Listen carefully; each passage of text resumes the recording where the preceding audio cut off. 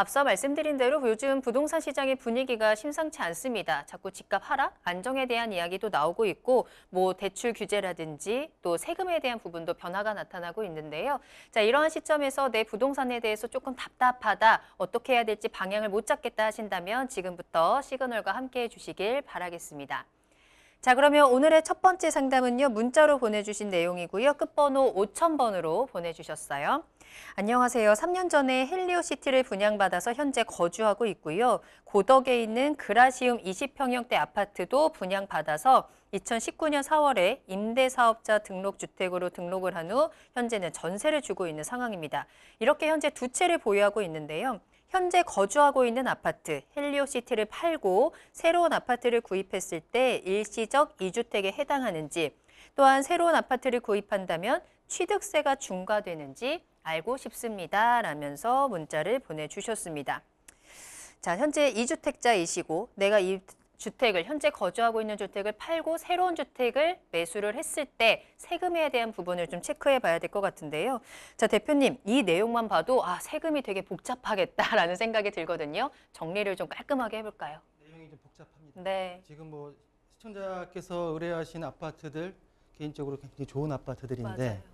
일단은 지금 고덕 아파트는 주택임대사업자를 냈고, 그 전에 이제 그 헬리오시티는 거주주택으로 있는데, 자, 이 사례 같은 경우에는, 고민 같은 경우에는 일단은 일시적 2주택이 되냐 여쭤보셨는데, 일단 전반적으로 지금 요건만 갖춘다고 하면 기존 거주주택 헬리오시티에 대한 비과세가 가능은 합니다. 요건이 갖춰져야 됩니다. 단, 첫 번째는 거주주택 비과세 요건과 두 번째로는 일시적 2주택에 대한 비과세 요건을 중복 적용합니다.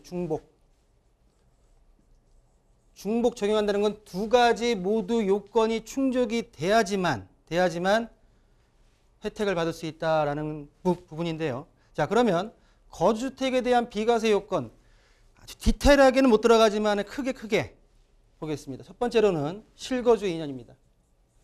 실거주 2년.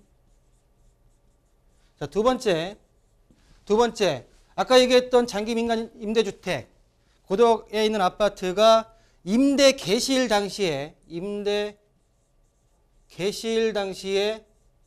공시가격이 수도권이기 때문에 6억 원 이하여야 됩니다. 이하. 세 번째, 2019년도 2월 12일부터 거주주택에 대한 비과세 요건에 대한 법이 정책이 좀 바뀌었는데요.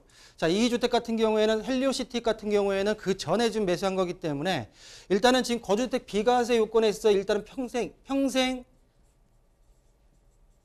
1회. 자, 이거는 2019년도 2월 12일 이후에 매수한 주택부터 해당이 되고요. 거기다 플러스 요건 강화가 된 게 연간 임대료 상한율이 5% 이하여야 됩니다. 요 요건을 갖췄을 때 거주주택에 대한 비과세 혜택을 특례를 받을 수가 있고요. 거기다가 더해서 일시적 2주택에 대한 비과세 요건. 첫 번째, 기존 거주주택을 A주택이라고 하고 향후 취득할 수 있는 신규 주택을 C주택이라고 했을 때 C. 자, A주택을 매수한 시점에서 C주택을 취득하는 시점에 1년 이상이 경과돼야 됩니다. 자, 두 번째, A주택, 거주주택에 있어서 2년 보유, 비과세 요건이 충족이 돼야 되고요. 이 지역은 조정대상 지역이기 때문에 2년 거주까지 함께 요건이 충족돼야 됩니다. 자, 세 번째로는 C주택의 어느 지역에다가 규제 지역이냐 비규제 지역이냐에 따라서 종전주택 A주택을 매도하는 기간이 C주택이 조정대상 지역이라고 하게 되면 1년 이내에 매도하고 1년 이내에 입주를 C주택에 해야지만 이 두 가지 요건을 모두 충족했을 경우에 우리 시청자분께서 말씀하시는 거주주택 헬리오시티에 대한 비과세 혜택을 받을 수 있다. 얼마까지 얼마까지? 12월 8일 이후부터이기 때문에 양도가액, 실거래가액이죠. 실거래가액 12억 원까지는 비과세. 그 이후 초과분에 대해서는 과세가 된다라고 좀 말씀드리겠고요. 그래서 아까 말씀하신 요 요건만 충족된다고 하면 비과세 혜택이 가능하다라고 말씀드리겠고, 취득세입니다. 취득세.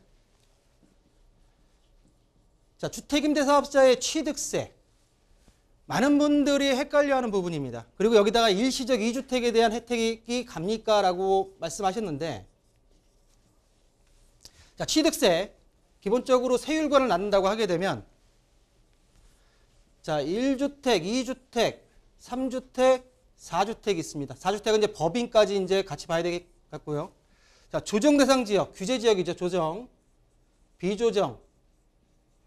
자, 구간을 봤을 때는 1주택 같은 경우에 1에서 금액에 따라 3%, 조정 대상의 두 번째 주택은 8%, 3주택은 12% 이상이 다 가죠. 이렇게. 자, 비조정 지역 같은 경우에는 2주택까지는 1에서 금액 가액에 따라서 3%, 3주택에 대해서는 8%, 그리고 4주택 이상과 법인이 매수할 경우에는 12%가 갑니다. 자, 그러면 A주택, 종전에 헬리오시티를 매도를 하고 C주택을 조정 대상 지역 내에 있는 주택을 매수한다고 가정을 했을 때 주택임대사업자로 지금 살아있는 고덕 아파트가 살아있습니다. 자, 국세를 따지는 양도세의 일시적 2주택과 지방세를 따지는 취득세의 경우에는 그 개념이 좀 틀립니다. 그렇기 때문에 취득세를 갈 경우에는 지금 장기 일반 민간 임대주택, 고덕동 아파트가 주택수에 포함이 됩니다. 그렇기 때문에 지금 현재로서는 2주택이고요.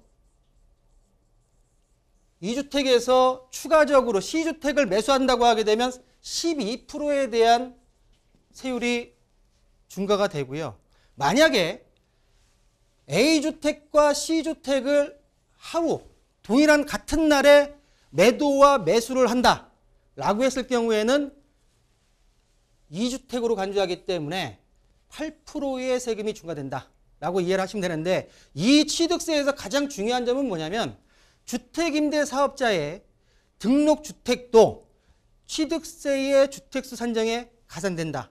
단 그 임대 등록주택이 취득세 중과 배제되는 1억 미만이라든 가정 어린이집이라든 이런 경우가 아니라고 한다고 하면 모두 취득세 산정수에 산정이 되기 때문에 이것도 유념하셔서 모든 어떤 자산관리의 전략을 짜시는 게 옳지 않을까라는 부분으로 정리해 드리겠습니다.